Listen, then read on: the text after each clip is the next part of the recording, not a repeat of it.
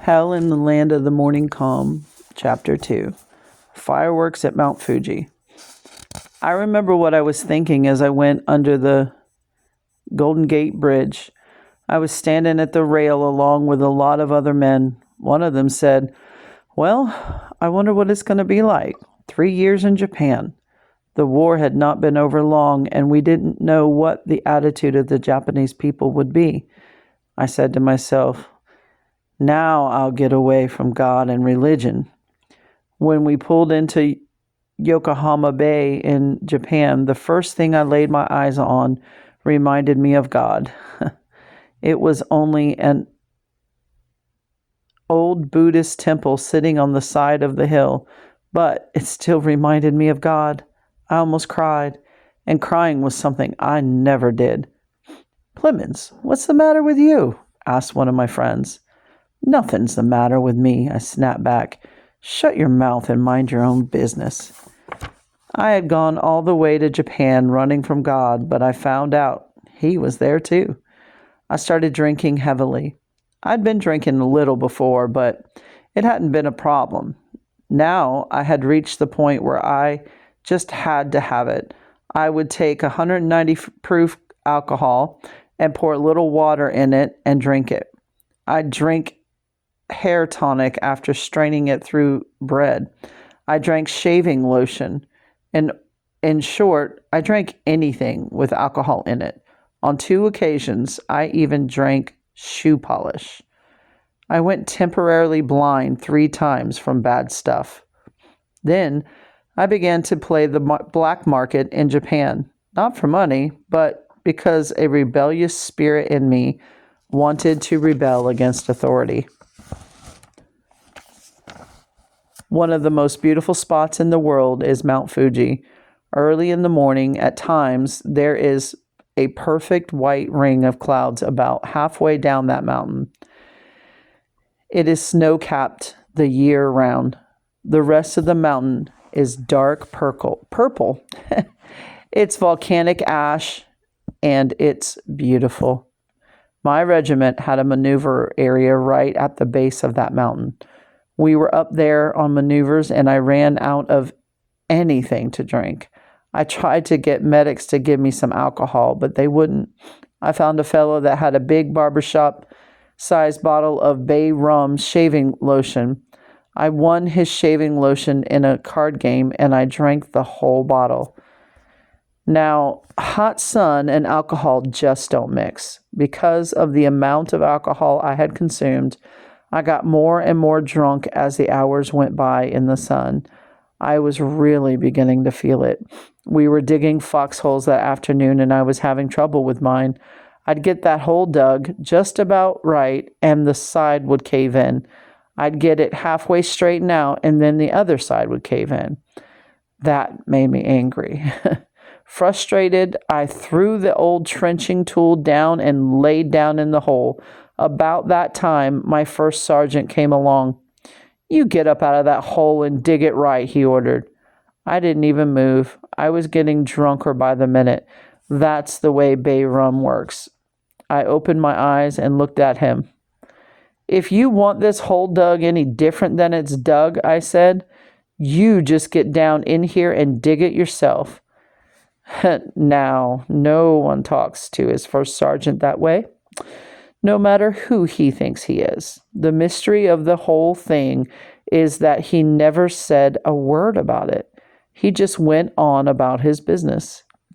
About 2 or 3 o'clock that morning, I was sitting there in that hole in the ground all by myself. There was supposed to be another man in the foxhole with me. When in a combat area, one man is awake while the other is asleep. I was so ornery that my partner couldn't stand me, so he was over in another hole. So I was sitting there by myself, looking up into the sky. I thought it was the most beautiful night I'd ever seen in my life. It seemed as if I could just reach out and touch the stars. I began to say to myself, "That's God up there. He's looking straight at me." My life began to come before me.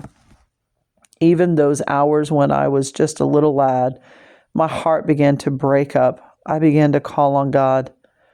God, I said, if you can still find anything in this old boy that is worth having, Lord, I'll do anything if you'll just take this burden off me. I felt as though I'd either die or go crazy before daylight if God didn't do something for me. I felt that it was my time, that it was my hour, and that I had better not pass it up. God spoke to me in an audible voice. Will you preach? He asked me. Yes, Lord, I answered. I'll even do that if you'll help me. As those last words came out of my mouth, a big ball of fire just came swirling through the air. It was like one of those 4th of July fireworks, the kind that explode and come floating down. That's what this ball of fire did. When it got close to me, it exploded and floated down over me. The next thing I knew, the tears were running down my face. That was something that just didn't happen to Dallas Plemmons. I was crying and praising the Lord.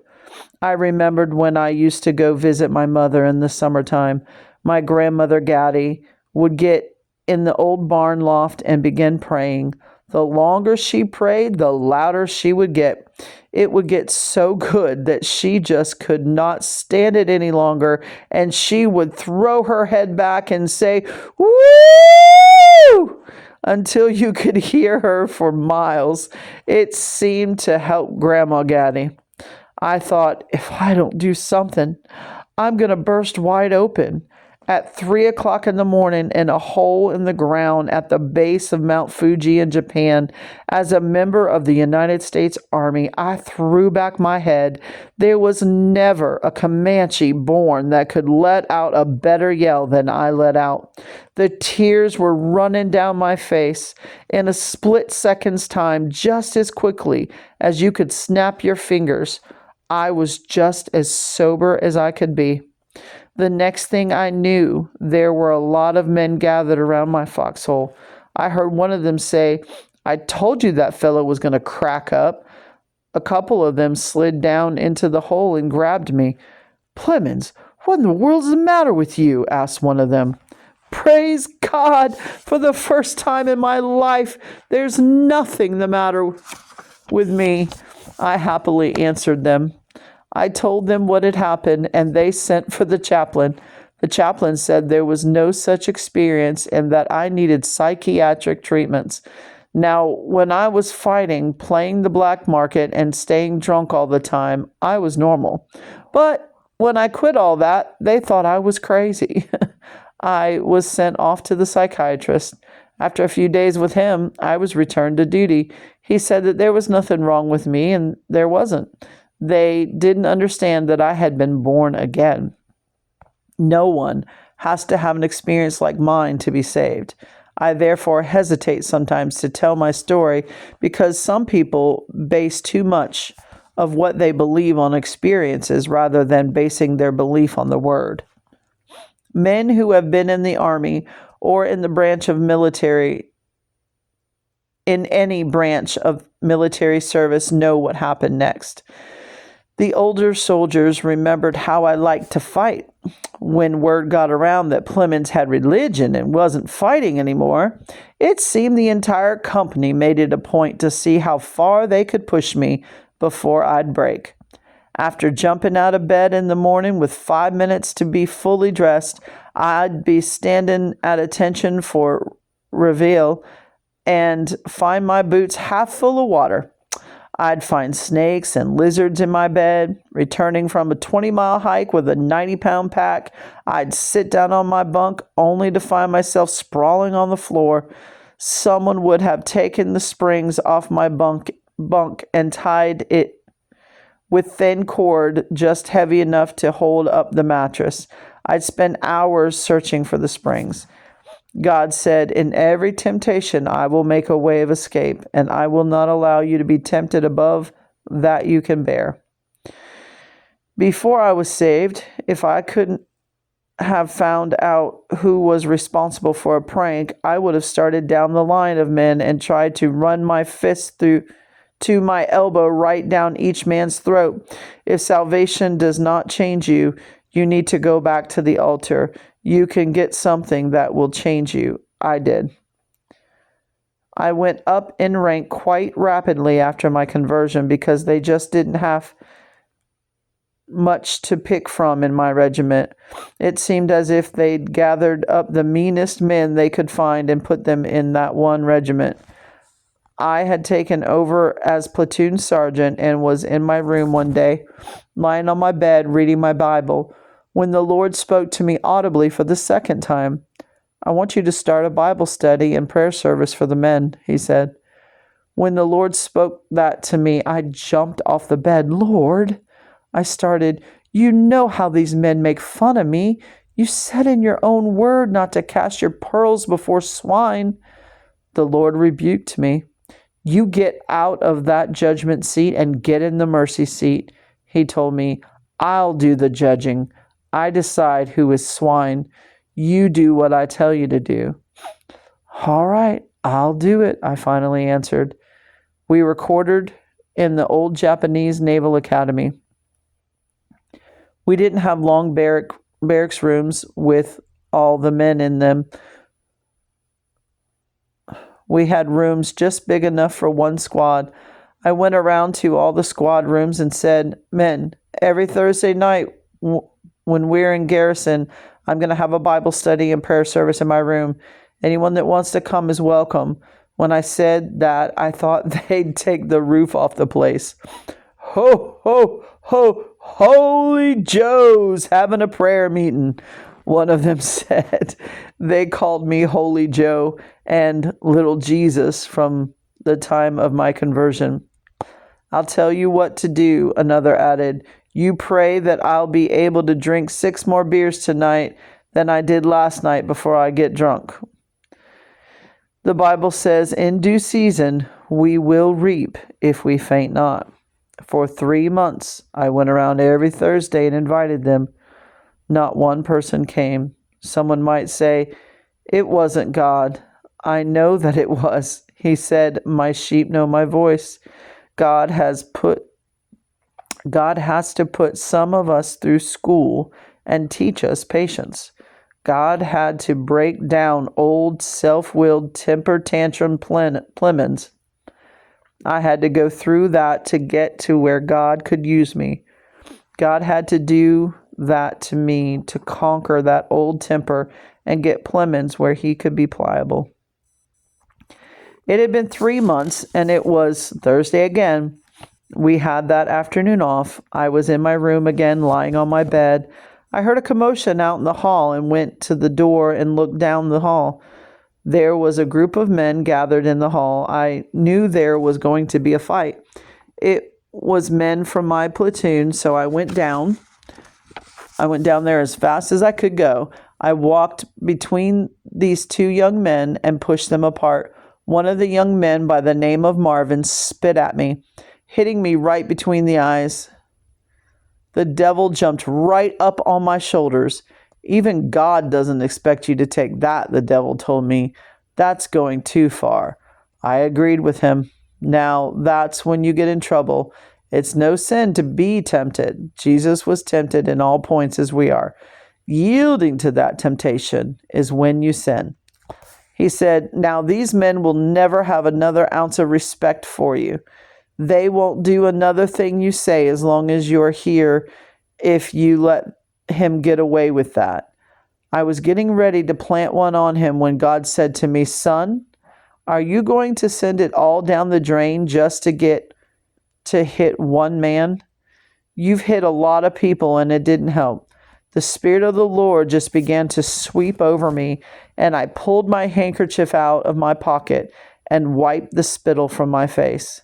I looked Marvin right in the eyes and said, God bless you, Marvin. I turned to walk away when he grabbed me by the arm and spun me around. He looked as if I had hit him. Sure enough, what did you say? He demanded. God bless you, I replied. He scratched his head and said, I thought that's what you said. I went on down the hall. As I was going into my room, I looked back at him. He was still standing there with his hands on his hips, looking at me. That night, about 15 minutes past 8, I had just gotten down on my knees beside my bed, getting ready to complain to the Lord. About that time, there was a rap on the door. I went to the door, and there stood Marvin. He looked like a little child that had been caught stealing cookies. "Sergeant Plemmons, can I come in?" "Sure, come on in," I replied. "Listen," he continued, "I've come to apologize to you. I want to understand. I want you to understand before I say anything else. I'm not doing this to keep you from having me court-martialed. I know you can do it. I don't even really know why I did it. I'm sorry. Will you forgive me?" I said, "Marvin, I know why you did it, and I forgave you before I ever walked away from you." I saw tears welling up in his eyes. "Dal," he said, "that religion that you have is real.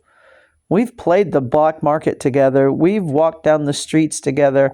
I've carried you in a few times. Everything low down there is to do, we've done together. But something's happened to you." A big tear started running down his face. "Plemmons, do you think I could get that religion you've got?" Marvin, it's just as sure as there's a God in heaven, you can have it right now."